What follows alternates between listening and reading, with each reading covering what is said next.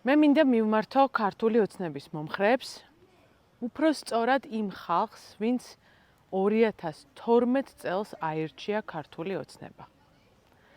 მე მინდა კიდევ ერთხელ დავფიქრდეთ, რატომ გააკეთეთ ეს არჩევანი? არა ვის მიეცით ხმა, არამედ რას მიეცით ხმა.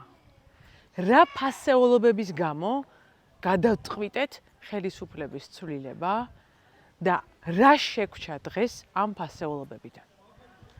რა ფასეულობები იყო, ეს ჩემთვის კარგად არის ცნობილი.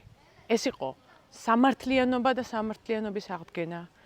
ეს იყო მოთხოვნა მეტი თანასწორობის, მეტი კეთილდღეობის. ეს იყო ბრძოლა კორუფციის წინააღმდეგ და იმის წინააღმდეგ, რომ ქვეყანაში ადამიანებს არ ქონდათ ფული ელემენტარულად, რომ ოპერაცია დაეფინანსებინათ.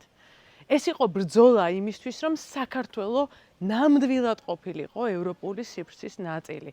თავისი ადამიანის უფლებებით, ადამიანის ღირსების დაცვით, თავისი ციხის სასჯელახსურების სისტემით, სადაც ადამიანი რომ მოხდება, მას არაფერი არ დაუშავდება, გარდა იმისა, რომ კანონით მოეთხოვება პასუხი.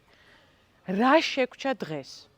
მნიშვნელოვანია, რომ შევხედოთ, რომ არაფერი ამ ფასეულობებიდან დაცული არ არის. მნიშვნელოვანია, რომ დავინახოთ, რომ ციხეში დღეს ადამიანები ისევ კვდებიან წამებით და ისევ შესაძლებელია, რომ პატიმარი ისე ცემონ, რომ პასუხი არავის არ მოეთხოვოს. ისევ არის უდიდესი უთანასწორობა ქვეყანაში, 1000 პორშე იყიდება წელიწადში და პარალელურად 700.000 სოციალურად დაუცველი ყავს.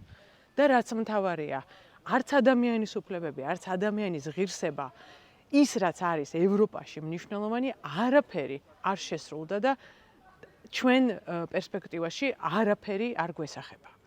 ეს ფასეულობები იყო რის გამოც თქვენ გადაირჩიეთ წინა ხელისუფლება და ქართული ოცნება აირჩიეთ. არა ვის გამო, არამედ რის გამო და ეს ფასეულობები დღესაც დასაცავია.